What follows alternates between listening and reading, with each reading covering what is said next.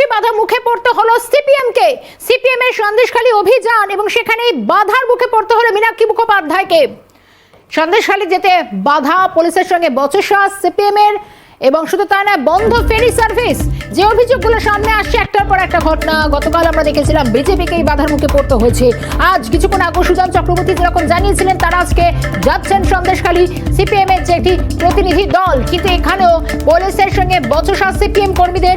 নিরাপদ সর্দার নামে এক সিপিএম প্রাক্তন বিধায়ককেও আটক করা হয়েছে, কিন্তু তারপর দেখা যাচ্ছে যে সিপিএম এর যারা দলীয় কর্মী সমর্থক রয়েছেন এবং তাদেরকেও বাধা। টেলিফোনে মফিজুল রয়েছেন আমার সঙ্গে। মফিজুল, সিপিএম কেও বাধার মুখে পড়তে হচ্ছে, কি ছবি?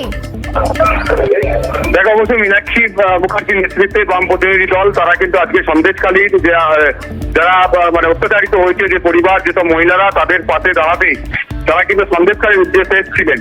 কিন্তু তারা সন্দেশখালী যাওয়ার জন্য ন্যাজার থানার অন্তর্গত দক্ষিণ আকরতলা যে ফেরিঘাট রয়েছে সেই ফেরিঘাট পার হয়ে তারা কিন্তু সন্দেশখালী ঢোকার চেষ্টা করে। কিন্তু সেই সময় এই ফেরিঘাটে যখন তারা এসে পৌঁছায় ঠিক তখনই কিন্তু এই মীনাক্ষী সহ বাম নেতৃত্ব যা প্রতিনিধি দল যারা ছিলেন তাদেরকে কিন্তু পুলিশ আটকে দেয় এবং সেখানে বারাসতের মানে অ্যাডিশনাল এসপি নেতৃত্বে বিশাল পুলিশ ফোর্স মোতায়েন ছিল এবং তাদেরকে আটকানোর জন্য ফেরি পরিষেবা, সাধারণের জন্য যে ফেরি পরিষেবা সেটাও কিন্তু সম্পূর্ণরূপে বন্ধ করে দেওয়া হয়। এর ফলে সাধারণ যাত্রীরাও কিন্তু সমস্যায় পড়েন। দীর্ঘক্ষণ ধরে ফেরি পরিষেবা বন্ধ করা হয়েছে শুধুমাত্র মীনাক্ষী মুখার্জিরা যাতে কোনোভাবেই এই খেয়া পার করে সন্দেশখালী প্রবেশ করতে না পারে। তারপরে কিন্তু পুলিশের তরফ থেকে প্রথমে তাদেরকে এই একদম ফেরি ঘাট থেকে পায়ে নিয়ে আসার জন্য তাদের কৌশলে বলা হয় প্রত্যেকে টিকিট কেটে যেতে, তারা যেন টিকিট কেটে যায়। তারপরেই কিন্তু তারা এই ফেরি যে পরিষেবা সেটা কিন্তু পুলিশ শুরু করতে দেবে।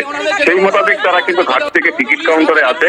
টিকিট কাউন্টারে এসে টিকিট কাটতে গেলে পুলিশ আবার তাদেরকে আটকে দেয়। তাহলে কোনোরকম ভাবে তারা যাতে সন্দেশখালী পৌঁছাতে না পারেন তার কারণেই কিন্তু পুলিশ এই বাম নেতৃত্ব যারা প্রতিনিধি দল যারা কিন্তু সন্দেশখালী যাওয়ার উদ্দেশ্যে এসেছিল মীনাক্ষী মুখার্জির নেতৃত্বে তাদেরকে কিন্তু আটকে দেওয়া হয়েছে। এই মুহূর্তে একেবারে যে ফেরিঘাটের টিকিট কাউন্টার রয়েছে সেখানে কিন্তু পুলিশের সঙ্গে কথোপকথন চলছে মীনাক্ষী মুখার্জির। ফলে মীনাক্ষী মুখার্জি তারা সন্দেশখালী যাওয়ার জন্য পুরো প্রস্তুত, কিন্তু অন্যদিকে পুলিশের তরফ থেকে ঠিক একই রকম ভাবে তাদেরকে যেটা দিতে নারাজ। তাদের বক্তব্য এই মুহূর্তে কোনো বহিরাগত প্রতিনিধি, রাজনৈতিক দল হোক বা যাই হোক, বাইরে থেকে গিয়ে যদি কেউ ওখানে পৌঁছায় তাহলে কিন্তু আইন শৃঙ্খলাগত সমস্যা তৈরি হবে। তাই কোনো রকম তারা কোনো রাজনৈতিক দলকে আপাতত ভাবে দিচ্ছে না। এবং অন্যদিকে জানাতে পুলিশের তরফ থেকে ইতিমধ্যে এলাকাগুলি 144 দ্বারা জারি করা হয়েছে, ইন্টারনেট পরিষেবা বন্ধ করা হয়েছে। তারা যদি যায় তাহলে কিন্তু আইন শৃঙ্খলাগত অনেক সমস্যাও তৈরি হবে। সেই কারণেই কিন্তু তাদেরকে ইতিমধ্যেই বাধা দেওয়া হয়েছে। ফলে সেই জায়গা থেকে দাঁড়িয়ে পুলিশের সঙ্গে কিন্তু রীতিমতো কথোপকথন চলছে মীনাক্ষী মুখার্জি এবং পুলিশের। দেখুন এখানে কিন্তু যথেষ্ট বিতর্ক চলছে পুলিশের সঙ্গে এই বাম নেতৃত্ব প্রতিনিধি দল যারা রয়েছেন তাদের মধ্যে, কারণ দুই পক্ষই কিন্তু নিজেদের সিদ্ধান্তে অনড় রয়েছেন। মীনাক্ষী মুখার্জিরা তারাও কিন্তু সন্দেশখালী যেতে চান, পুলিশ কিন্তু তাদেরকে যেতে দিতে নারাজ।